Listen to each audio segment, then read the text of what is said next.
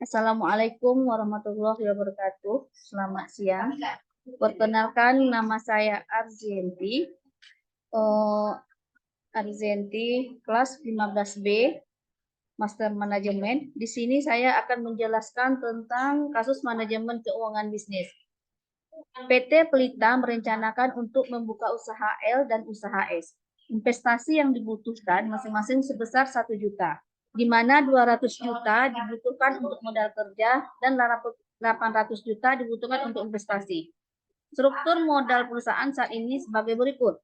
Hutang 25%, saham preferen 15%, saham biasa 60%.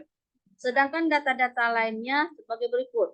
Suku bunga yang dianggap bebas risiko adalah 6%, return yang diharapkan di pasar 10%, pajak perusahaan 30%, risiko pasar perusahaan 1,2, harga saham saat ini adalah 1.000. Dividen yang dibagi tahun lalu sebesar 200, reinvest 10%. Untuk mendapatkan dana ini, perusahaan akan menerbitkan obligasi sebesar 250 juta dengan nilai pari sebesar 1.000. Biasa emisi untuk menerbitkan obligasi adalah 75 per lembar. Kupon yang ditawarkan adalah 12% per tahun. Obligasi tersebut diterbitkan selama 5 tahun. Untuk memenuhi kebutuhan dana investasi, perusahaan akan menerbitkan saham preferen sebesar 100 lembar dengan harga 1.500 per lembar. Dividen yang akan diberikan sebesar 125 dan biaya emisi sebesar 2%.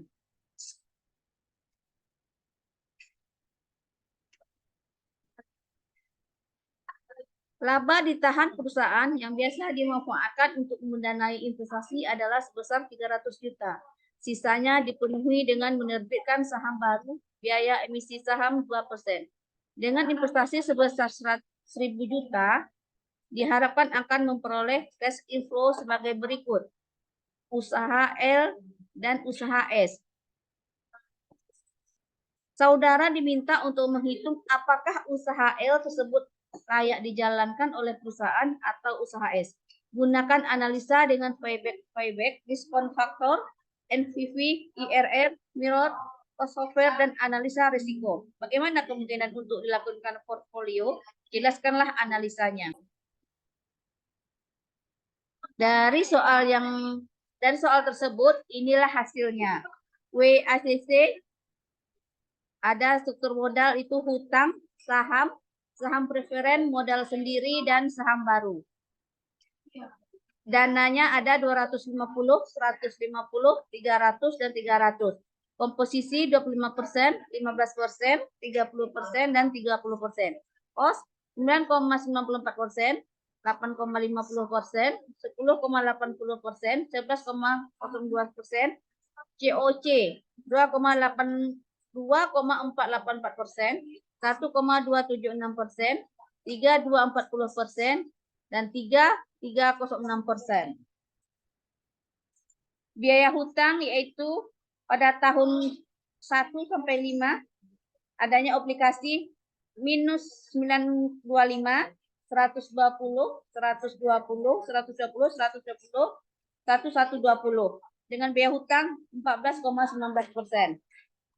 Usaha L itu ada tahun 1, 2, 3, 4, dan 5, di mana rate-nya 20% di 150, 200, 2,5, 300, dan 3,5. 60%-nya ada 200, 2,5, 300, 3,5, 400.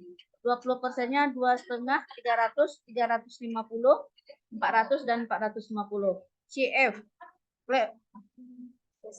cash flow, minus 1.200, 2,5, 300, 350, dan 400.